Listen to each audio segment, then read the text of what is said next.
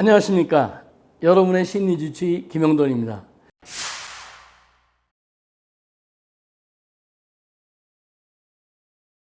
오늘은 번아웃 증후군에 대해서 말씀드리겠습니다. 여러분들 많이 들어보셨을 거예요. 번아웃.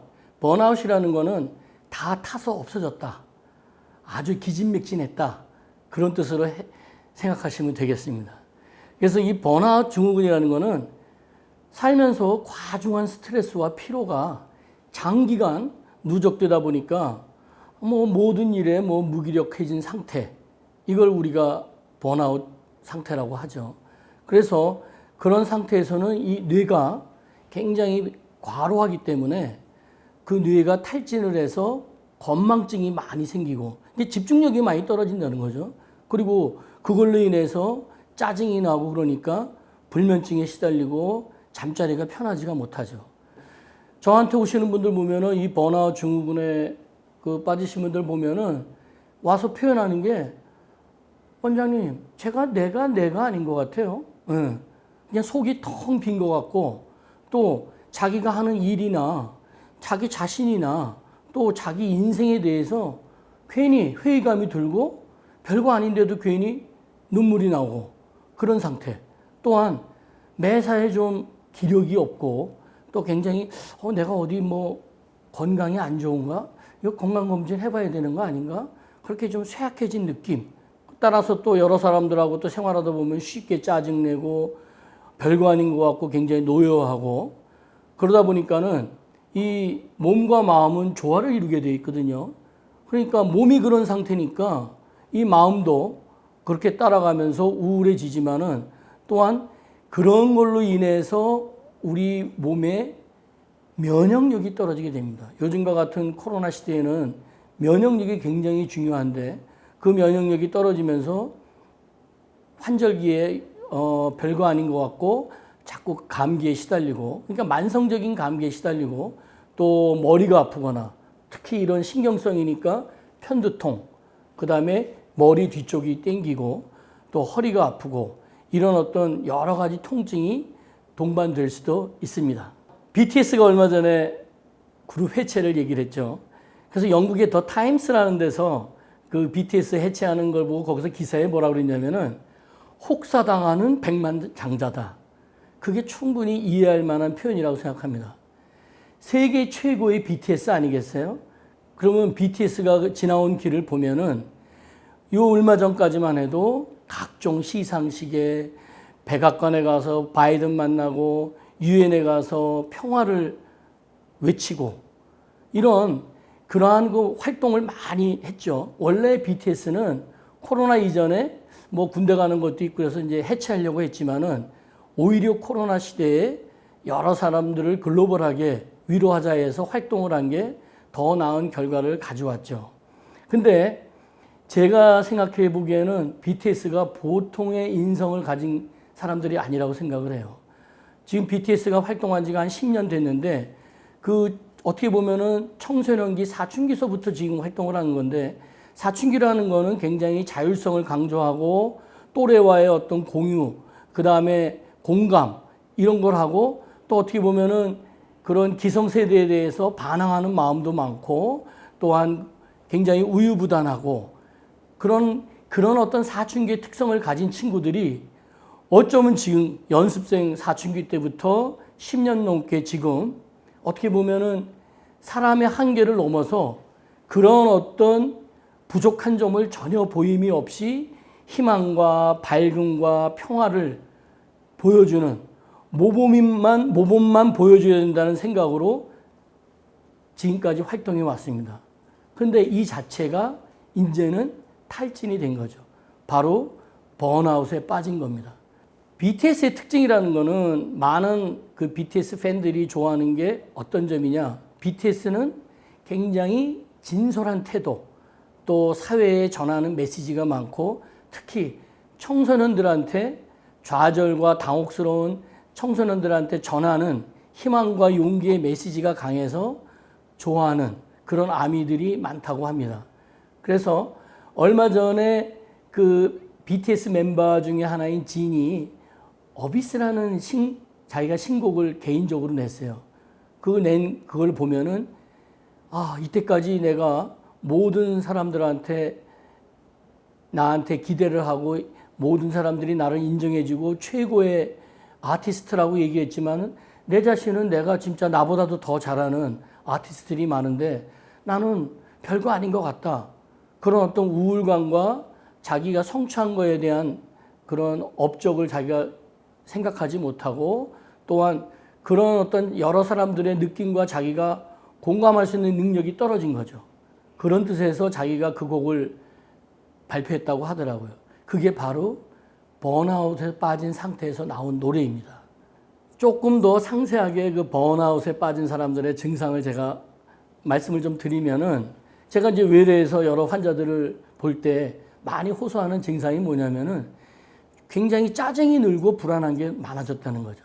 그 다음에 자기가 학업이나 직장에서 일을 할 수 없을 만큼 굉장히 지치고 또 직장인 같은 경우에는 퇴근할 때 녹초가 되고 또 집에 와서 아침에 출근할 생각하면은 생각만 해도 피로가 몰려오고 또 회사 가서 일할 때는 업무에 대한 부담이 많고 긴장감이 많아서 일의 효율이 떨어지고 또 업무할 때는 굉장히 무기력하고 하기가 싫은 실증이 많고 또한 굉장히 업무하면서 굉장히 활동적인 사람도 소극적이고 굉장히 방어적으로 일을 함으로써 효과도 많이 떨어지고 그리고 자기가 어떤 일을 잘 해놓고선도 그거야 누구나 할 수 있는 건데 자기가 한 일에 대해서 상당히 성취감이 떨어지는 이런 증상들을 많이 호소하고 또한 제일 안 좋은 게 뭐냐면은 이런 걸로 인해서 쌓인 스트레스를 폭식을 한다든지 또 과도한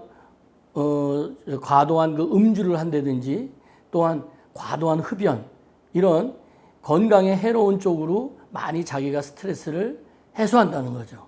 그러면 이런 번아웃 증후군에 빠지기 쉬운 성격을 가진 사람들이 있습니다.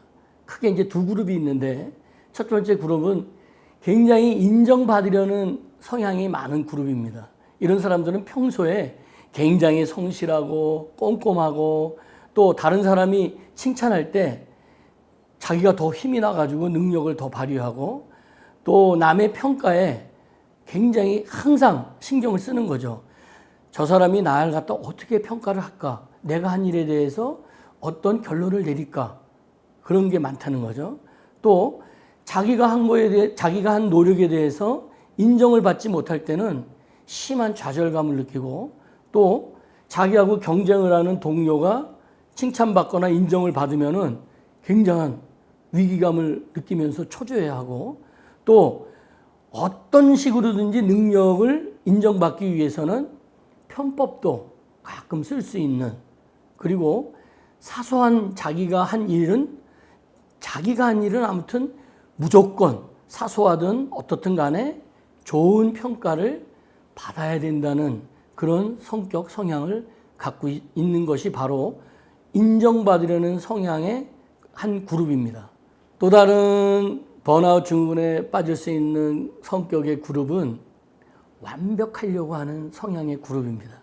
이런 그룹의 사람들은 스스로 과도하게 높게 세워진 자기 기준이나 또 어떤 기한을 반드시 지키려고 하는 그런 성향이 있고 또 중요한 것만 계획을 세우면 되는데 아주 별거 아닌 일반적인 것도 치밀하게 계획을 세우느라고 너무 기진맥진하고 또한 일할 때는 일을 하지만은 좀 쉴 때는 쉬어야 되는데 그런 쉴 때에도 항상 일을 생각함으로써 심리적 압박감을 많이 느끼고 이런 사람들은 야근이나 초과 근무는 밥 먹듯이 하려고 하고 또 자기가 같이 일하는 동료나 아니면 밑에 사람이 자기가 기대한 만큼 어떤 기준에 못 맞춰서 일을 할 때는 상당히 쉽게 화를 낸다든지 공격적으로 변할 수가 있고 또 하나는 뭐든지 완벽하게 해야 되기 때문에 남을 시키면 실수할까 봐 남을 안 시키고 모든 일을 자기가 다 하려고 하다 보니까 탈진하는 그런 번아웃에 빠지게 되는 거죠. 그래서 외국에 좀 재미있는 논문을 보면은 그 외국에서 임상 스포츠 심리학 논문에 의하면은 이제 운동선수들에 대한 논문입니다. 제가 이제 스포츠 선수들을 많이 멘탈 트레이닝을 하고 있지만은 이런 선수들은 특히 이 메달리스트들은 금메달에 대한 어떤 그 성취욕이 대단합니다. 그러면은 성취욕이 대단할 때 두 가지 그룹이 있어요. 야, 내가 완벽하게 훈련을 열심히 해서 저거를 따야 될 텐데 못 따면 어떡하지? 막 그래가지고 안절부절하는 그런 완벽한 훈련에 대한 어떤 우려, 걱정이 앞서는 그룹하고, 그래, 내가 완벽하게 훈련을 하지만은 내가 한 만큼 해서 금메달 못 따면 할 수 없어. 대신 그 과정 동안 내가 최선을 다해서 내가 가장 좋은 결과를 가져올 거야. 같은 완벽을 기한다 하더라도 그런 과정의 완벽을 기하려고 하는 사람들이 굉장히 성격이 무난하고 굉장히 느긋하고, 오히려 그런 위기의 순간에 긴장 상황에서 자기 실력을 최대로 발휘할 수 있다는 그런 논문도 나왔습니다. 번아웃 증후군에 잘 빠질 수 있는 또 하나의 사람들이 있습니다. 우리가 소위 얘기하는 햄릿 증후군에 빠진 사람들이에요. 햄릿 뭐라고 그랬죠? 사느냐 죽느냐 그것이 문제로다. 그렇듯이 그건 뭐냐면은 이거냐 저거냐 결정력에 장애가 있는 사람들을 우리가 햄릿 증후군에 빠졌다고 합니다. 그래서 요즘 같은 세대는 과거하고 틀려서 너무 선택의 폭이 다양해지고 많아졌습니다. 그러다 보니까 어느 거를 선택해야 될지 주저주저하다 보니까 어떤 정확성이나 효율성에서 많이 떨어지는 경우가 있죠. 그래서 결정력 장애를 가지고 있는 사람들이 너무 거기에 지치다 보면은 또한 번아웃에 빠질 수가 있는 겁니다.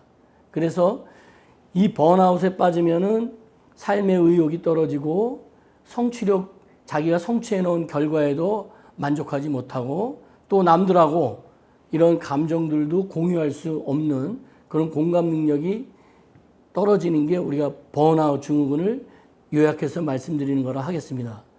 그런 방법은 우리가 마음에도, 우리 여름에 바캉스 가시잖아요. 더위 피해서.